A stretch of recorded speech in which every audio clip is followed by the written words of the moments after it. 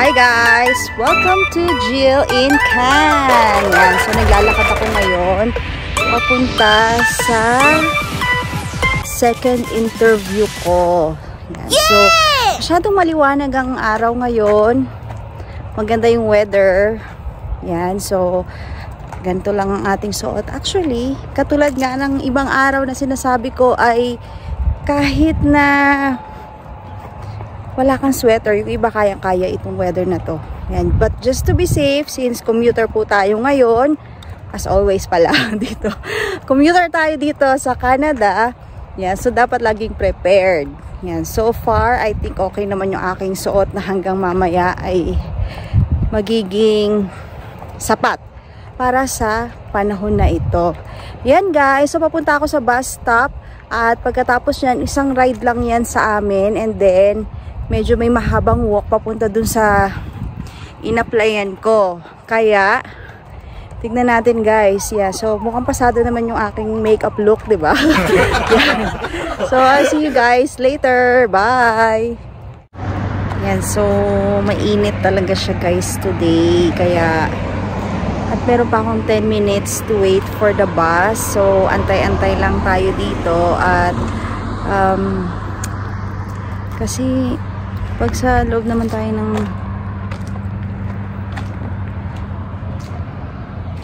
dito tayo sa loob. Yan. Yan. So, tayo lang nag-e-echo, diba? Ayan guys. So, kwento ko na lang sa inyo. So, ito nga yung in-applyan ko na shinare ko sa nakaraang vlog ko na meron akong phone interview. So, yung i-share ko na lang sa inyo, yung phone interview namin ay maikli lang naman yung phone interview na yon. Parang sinabi lang sa akin ano yung mga gagawin bilang sales associate. So, hindi naman siya talaga yung sales na magbibenta ka. Pero parang ikaw yung nasa counter at ikaw yung mag-a-assist kung may mga incident doon sa kids playground kasi parang play therapy center siya. Kung sa Philippines, kung nakapunta na kayo guys sa Kids Zuna, yung mga ganyan, yung mga play center ng mga kids na pwede for 1 hour. Yan. So, ganun yung in-applyan ko. So, malalaman natin guys kung kamusta naman. So, mamaya ay ang aking the second interview na in person kasi nung nakaraan ay phone interview. So, nung phone interview, ang nakausap ko yung husband. Pero yung sa email, ang nakakausap ko ay the wife. So, ngayon siguro mamimit ko na yung wife. Sila yung owner ng ina-applyan ko. Yan. So, tingnan natin guys kung naghanda ba ako sa question and answer portion. Yan. So, nagbasa-basa lang naman ako ng kaunti. So, one of the things na kailangan nating tatandaan kapag nag-a-apply tayo ay syempre basahin natin yung background ng company. So, yung profile ng company dapat at least alam natin kung ano siya, kung tungkol saan siya, sino yung owner, yan, yung mga time hours niya. So, para may idea na tayo. At syempre, magbasa-basa rin tayo tungkol sa ano yung mga possible questions. Yan. So, what can you contribute to the company? So, tignan natin kung ganyan din dito, no? Kasi alam natin pag sa Philippines, madami talaga mga questions na binibigay. Yung what are your strengths? Yan. So, isa phone interview kasi wala rin naman akong natanggap na tanong na ganun sa kanila. Yan. So, tignan natin yan mamaya. Guys, isi-share ko yan after the second interview. Yan guys. So, medyo malayo nang nilakad natin. 5 minutes away na lang ako. So, 18 minutes. So, nasa highway tayo ng White Mud.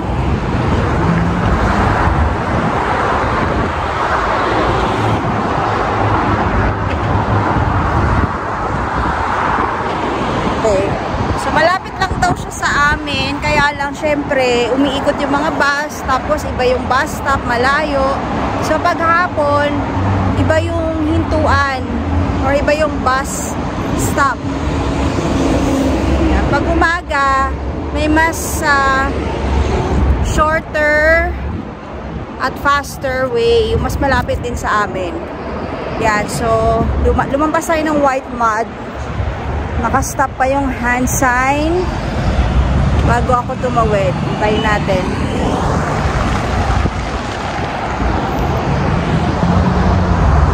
Ayan, ang White Mud. Ayan guys, so nandito na tayo sa location ng We Rock The Spectrum Kids Gym. At sa tapat pala nito, meron namang bus stop. Yun nga lang, pag gantong hapon, wala na kasi sa amin na dumadaan from our house papunta dito. Kaya iba yung way na sinakyan ko. So, pero pag ibang araw or morning, yan, dito tayo mag-aantay sa bus stop na yan. In case na ma-hire tayo. Yan, so antayin natin kasi medyo like 20 minutes early pa ako. Yan, pero kung on time, wala naman kasing on time dahil ang on time dito ay malilate ka. Kung on time akong umalis ng bahay para dito kasi yung bus yung hinahabol natin, hindi yung time ng pupuntahan ko. Yan, so good luck guys. Wish me luck. Bye. Hi guys, welcome to Jill in Cannes. Ayan, sunset na at it's almost 7 p.m. ng gabi ngayon. PM na nga, gabi pa. Ayan, so medyo malamig na ngayon ng weather guys, pero kaya pa naman. Pero malamig-lamig na, nagpaparamdam na yung winter. Ayan guys, so I'm so excited. Meron akong ibabalita sa inyo. Hindi ko na pala napagpatuloy yung kung ano nangyari sa interview ko, no? Kasi yun po ang nangyayari. Hindi ko talaga nagkakaroon ng end yung aking mga vlogs, puro umpisa. So ngayon tatapusin natin ang vlog na yan. Ano ba ang nangyari sa aking job interview at ano ang result ng job interview na yan guys. So babalitaan ko kayo abang kayo ngayon. Papasok muna tayo sa loob ng bahay kasi medyo malamig na. Gusto ko lang ipakita na ganito na ngayong oras, 7 p.m. sunset. Yan. So, ang house namin yan, nasa highway lang naman tayo eh. Yan guys. Ang ganda ng sunset, diba? Yan, sunset always reminds us that there is another morning. Yan, meron pang bukas. So, huwag tayong mawala ng pag-asa guys. Yan, so kaya tayo sa buhay natin, let's always have hope. Yan, katulad nga ng aking ibabalita ngayong gabi. So, see you later! Ayan guys, so nandito na tayo ngayon sa ating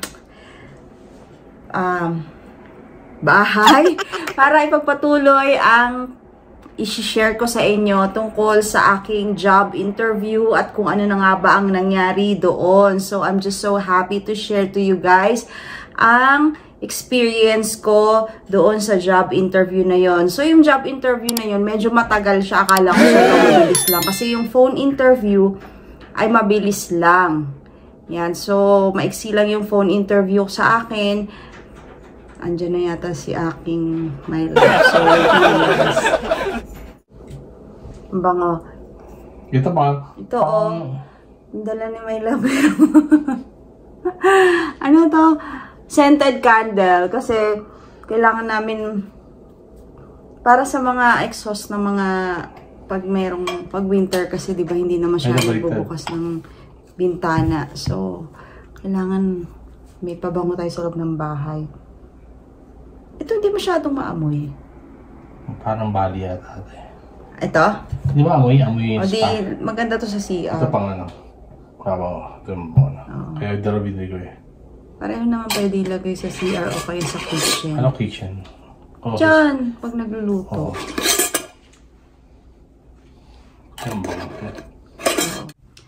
Ayan guys, so i-share ko muna sa inyo. Konting commercial muna tayo guys. So, i-share ko muna sa inyo ano yung mga pinabili ko kay aking husband. Kasi nga, meron akong mga kailangan gawin sa bahay. Kaya siya na lang yung umalis. Kasi pag nagko-commute, matagal, diba? So, kaya it takes a lot of time. Papunta, pabalik. Kaya gagabihin na. So, ginabi na nga siya. Ayan. So, ito yung mga pinamili niya ngayon. Although, kaninang umaga pala ay nag-grocery na kami sa superstore. At, May mga bagay kasi na hindi namin binibili dun sa Superstore. May mga bagay na binibili namin dito sa Dollarama. Ang favorite ng lahat yun. Kasi nga, dollar store siya. Hindi naman talagang dollar kasi $1 and plus. Mga ganun. Pero mas mura siya compared sa iba. So, eto nga, bumili ng scented candle. Yan, so sabi ng aking friend, kasi nga sabi ko, mahirap kasi pag winter, naka-close yung mga windows, no? So, kahit na may exhaust, baka yung habang nagluluto ka, may nangangamoy pa din, yan. So, kailangan natin ng mga extra na pabango dito sa bahay para makuha niya yung yung ma-absorb niya yung smell, no? Pag nagluluto tayo, o kung ano pa yung ginagawa natin na nag-i-emit ng smell. Yan. So, ano pa yung mga ibang binili niya? Ito yung aming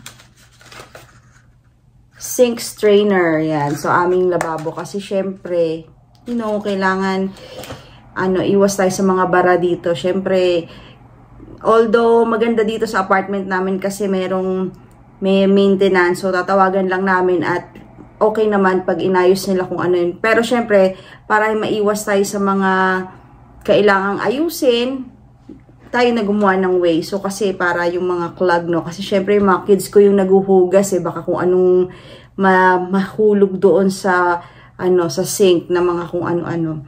Yeah. Tapos, ito yung mga trash bag. Yan. So, I think mas mura din sa Dollarama yung mga ganito. Tapos, meron ding cookie. So, Betty Crocker. Gagawa kasi kami ng cookie. Natikman namin siya. Masarap naman siya. Kaya bumili ulit kami at dalawa na.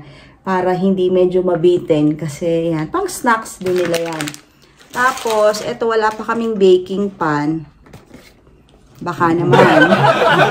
So, bumili na lang kami nito in case na may time na kami bumili ng baking pan. So, ito parang magawa kami ng super moist chocolate cake. Yan. So, ayan, para may pang snacks din tayo. Although, pwede naman tayong bumili sa labas, pero mas mura pa rin. Kasi ito ay $1 and something lang to isa. Ayan. At, okay na din, marami na rin nagagawa ito. Tapos, ito. Yan. So, dahil may baon pa kaming mga bar soap from the Philippines na naubos na. In 1 month, baon nila yon. Naubos na yung dala nun. So, kailangan na namin mag-change sa liquid soap kasi yung shower kasi dito, syempre, nababasa. Tapos mga bata.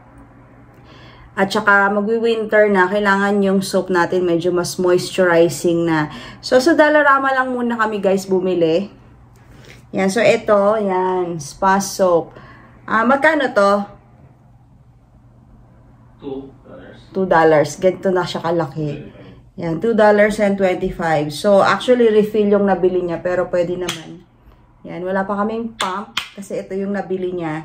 So, aloe and chamomile, moisturizing cream soap. Yan. So, dahil pinapagandaan din natin yung winter unti-unti, yan, kailangan mag-prepare tayo. Ayun, guys. So, let's continue sa ating pag-share. So, kung meron kayong mga questions tungkol sa mga pinamili namin sa Dollarama, PM down below. Or, comment down below. Comment down below kung meron kayong mga katanungan sa mga pinamili namin. Yan. So, pandagdag lang yan kasi nag-grocery na kami. So, next time, isi-share ko sa inyo yung aming pag-grocery at magkano yung mga nagagastos namin sa aming weekly grocery. Yan. Sige. So, ngayon guys, continue natin ang ating pag-uusapan na isang exciting news para sa akin. Ay gusto kong i-share na ito nga ang aking, para sa ating mga viewers. Yan, mga bago at yung mga dati na rin nanonood. Maraming salamat sa inyo guys sa panonood ninyo. At sa mga bago, welcome po to Jill in Can. So ako po ay nandito ngayon sa Edmonton, Alberta. I am an international student together with my family. At nag-aaral po ako dito ngayon sa Northwest College. I'm taking up the disability studies. So, kakastart pa lang ng August nung aming studies, ang first term ng aming school. At nag-start ako mag-job hunting. So, nagsisend po ako ng resume paunti-unti, pero wala kasing pumapansin ng resume ko. So, kung gusto nyong malaman kung paano napansin yung aking resume, please watch this video. Yan. So, dito ko dinetail yung mga bagay na nilagay ko sa resume, ano yung mga binago ko sa resume ko, at ano yung mga ibang tips, paano tayo mag-job hunting dito sa Canada. Yan, so be sure to watch this guys, itong vlog na ito, very important to kung kayo ay naghahanap ng job dito sa Canada. Yan, so ano na nga ba ang nangyari sa aking interview? I-share ko sa inyo yung timeline ng application ko sa kanila. So nung October 1, eksakto pa lang October 1 ay nag-start ako mag-send ng resume, na yung bagong resume ko according to the job na ina-applyan ko. So October 1 ay nag-send ako ng resume at napansin ang aking resume dahil AI ang nagbabasa niyan at nag-send agad sa akin ng assessment. So kailangan kong sagutan yon, may oras yon. So sinagutan ko yon, pero pinagandaan ko din ng mga a few minutes bago ko, kasi gustong-gusto ko yung job na ito. I think ito yung para sa akin dahil nga related sa aking program dito sa Alberta na course. So kaya gustong-gusto ko talaga itong job na ito. Yan. So after the assessment, so nung after the assessment ay wala akong natanggap na result kung anong standing, kung ilan yung, kung nakapasa ba ako o hindi. So, hinayaan ko muna. After a few days, October 3, ay nakatanggap ako ng email na ako ay shortlisted for the job. So, ibig sabihin na yung assessment ko ay pumasa sa kanila. So, I think it's the employer na yung tumitingin after the assessment. Hindi na yung computer na tumitingin. So, sila na yung nag-ano nun, kung nag-gauge nun kung i-shortlist ba nila ako based also dun sa resume na nakita nila. After nyan, ay nagkaroon na nga ako ng phone interview. So, October 6, nagkaroon. 18 ay nag-set naman kami ng second interview, which is in person or face-to-face. So, yung phone interview at yung in-person na interview, bali ako yung tinanong kung kailan ako available dahil nga student ako. So, in-schedule ko siya kung kailan ako walang class. So, yung binigay ko yung mga days na pwede ako. So, the following week naman ay nag-set agad sila ng schedule for the phone interview and the in-person interview. At, eto na nga guys, after ng aming interview, ay ikikwento ko sa inyo ano yung nangyari sa aming in-person interview, which took us about 1 hour.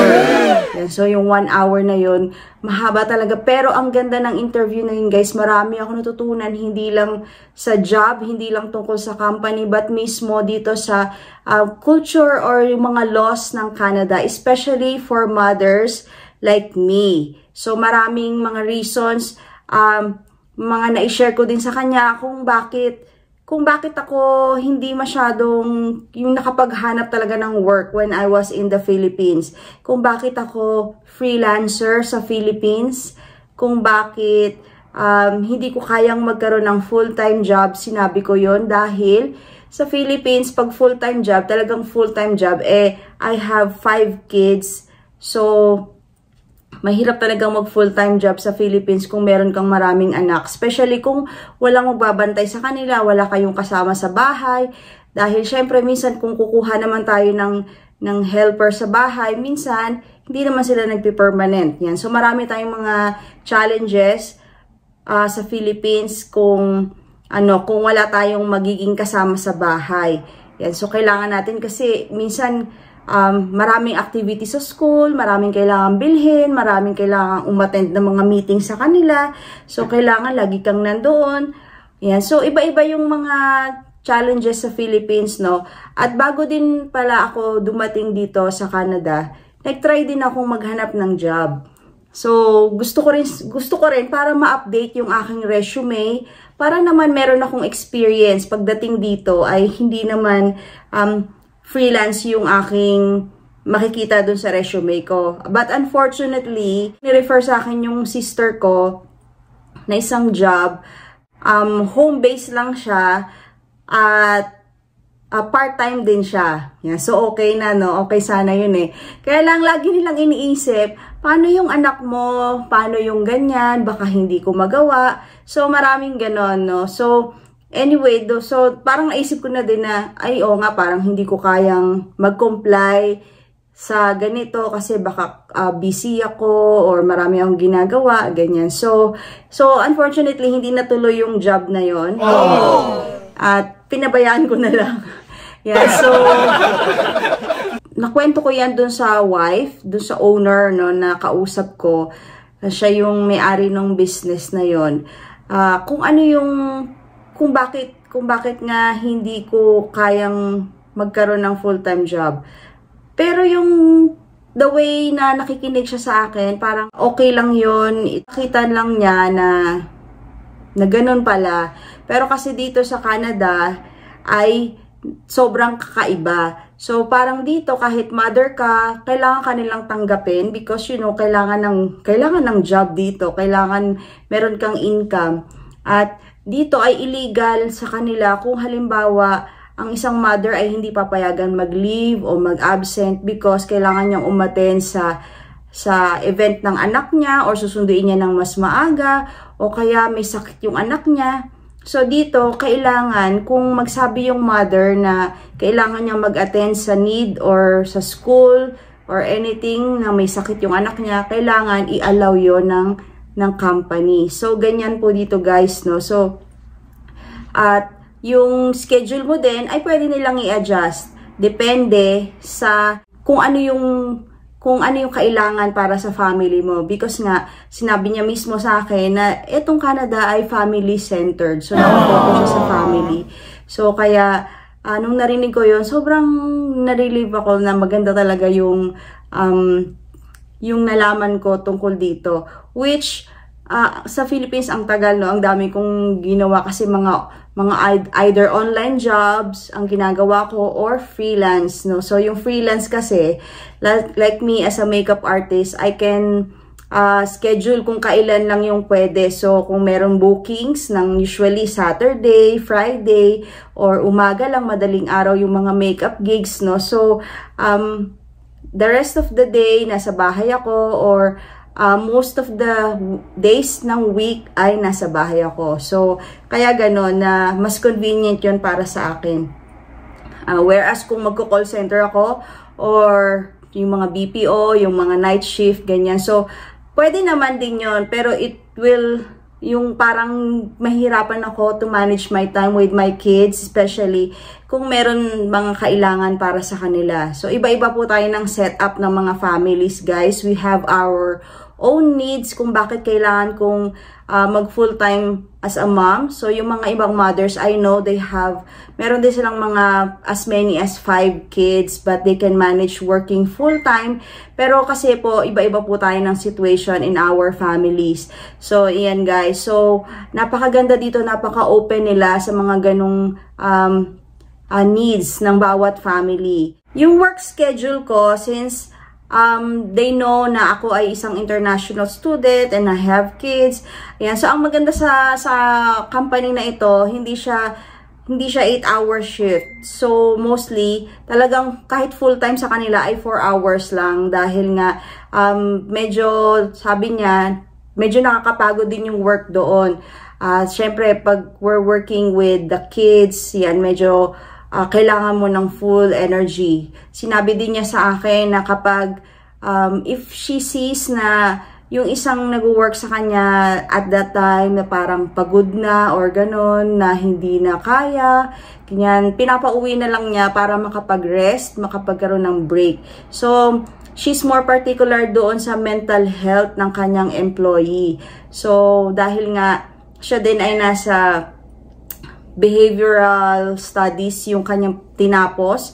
Yan. So, alam niya yung mga needs ng kanyang employees, hindi lang dun sa mga needs ng mga kinikater niya for that business, pati yung sa mga employees niya. So, napakaganda talaga nung setup ng business nila. in terms ng relationship with the employees at gusto rin niya ay parang family. Kaya medyo matagal yon kasi gusto niya talaga ipa-adapt sa akin ano yung environment nila sa company as a family, ganyan. At sa interview din, nagkaroon din siya ng mga 3 question na situational, no? So, yan yung mga nakakabang tanong kasi talagang kung ano yung pumasok sa isip mo, yun yung sasabihin mo. But, sabi naman niya, there's no wrong or right answer to this. So, it's just your impulse kung ano yung gagawin mo. So, mga situational yung mga questions niya sa akin. Yan. So, ang napaka-importante during our interview is that sa interview natin guys, kailangan maging honest tayo and sincere. So, inisa-isa namin yung aking school, yung college education, na yun nga sinabi ko, no, gagraduate na lang ako, dumarampa ako doon ng buntis ulit. So, after kong graduate, ay online job ang ginawa ko dahil manganganak ako. Tapos, after nyan, after a year, buntis na naman ako. So, talagang ganun yung situation ko. May mga inaalagaan akong kids, kaya talagang mahirap makahanap ng full-time job at iwanan yung aking kids sa bahay kasi masyado pa silang maliliit, no. Kaya, sinabi ko yun sa kanya and she found it interesting.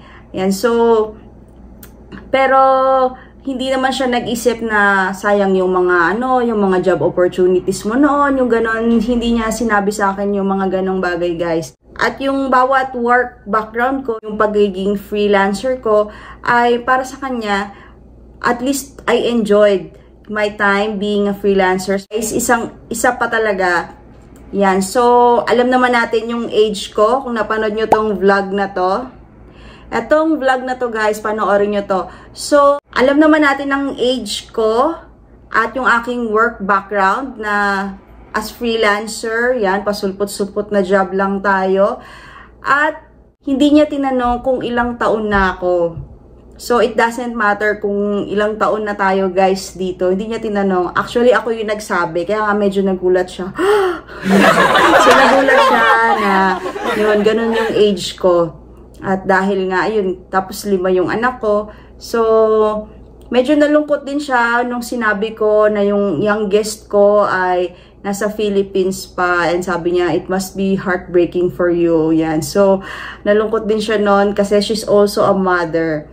Kaya, nakarelate siya sa akin, guys. So, by the way, guys, maraming salamat pala sa lahat ng mga nagko-comment and nagpi-PM sa akin regarding sa aking youngest daughter.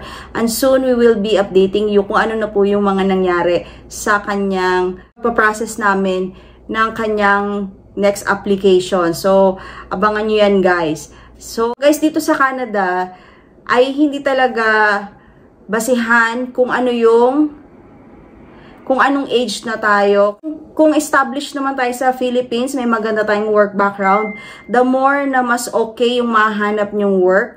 And for me, this is a very good starting point for me since alam nyo naman yung aking background. Ay isang magandang blessing para sa akin na finally magkakaroon ako ng job na marirelate ko sa aking college diploma nung sa Philippines ako at kung ano yung course na tinitake ko dito sa Canada. So, sa ngayon ay mapagpapatuloy ko kung ano yung naging diploma ko sa Philippines tapos yung tinitake ko ngayon dito sa Canada. So, ayun na nga guys. So, finally, today, October 21 ay natanggap ko ang magandang balita. Ito na yung nagkaroon ako ng job offer. Yan. So, dahil meron pa akong ibang requirements na kailangan ibigay sa kanila dahil nga ako ay ang environment ay may mga kids, ang tinatawag doon ay vulnerable.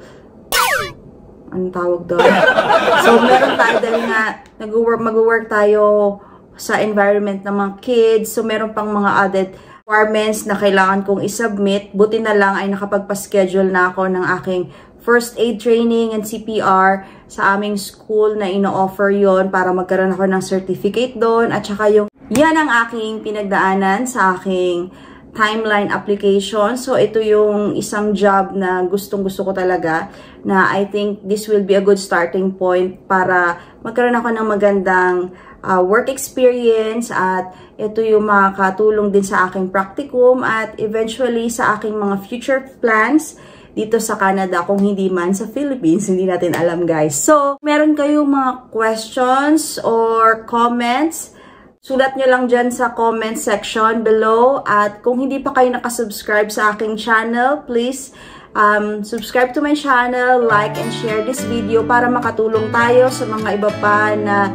gustong pumunta dito sa Canada at iniisip nila kung madali bang maghanap ng work dito sa Canada, especially kung ganitong age na tayo at kung ano yung work background natin, kung kulang ba yung mga credentials natin. Yan. So, yun lang guys. So, maraming magandang news today. Kaya, please don't forget to like and share and subscribe to my channel para mas marami kayong updates na mababalitaan mula sa akin dito sa Canada. I will see you in the next vlog. Bye!